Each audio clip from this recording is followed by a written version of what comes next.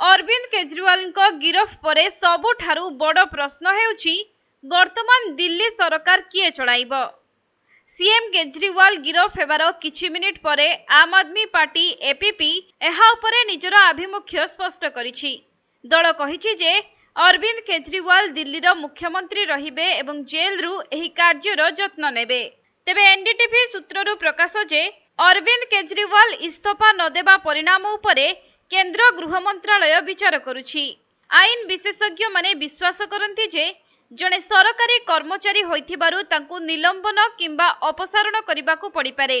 गिरफ होइथिबा सरकारी कर्मचारींक पई मध्य समान पद्धति अनुसरण करा जाइछि आउ तांकु तुरंत तांक पदरु हटाई दिया जाइछि।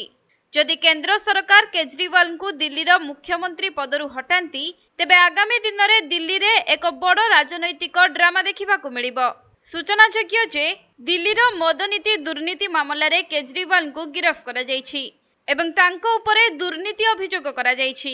पचराउचरा पई दिल्ली मुख्यमंत्री को डका जाइथिला किंतु केजरीवाल थरे भी पचराउचरा करबाकू जाई नथिले। से दिल्ली हाईकोर्ट रे एक पिटिशन दाखल करथिले जेउथिरे दाबी करा जाइथिला जे जदि से ईडी आगरे हाजर हुअंती तेबे तांको गिरफ न करिबा पई निर्देश दिया जिबा उचित एवं मार्च 21 तारिख रे दिल्ली एपरि निर्देश देबाकू मना करि दैथिला। किछि समय परे ईडी दल केजरीवाल घरे पहुंचीथिले एवं पचराउचरा करी तांको गिरफ करथिले।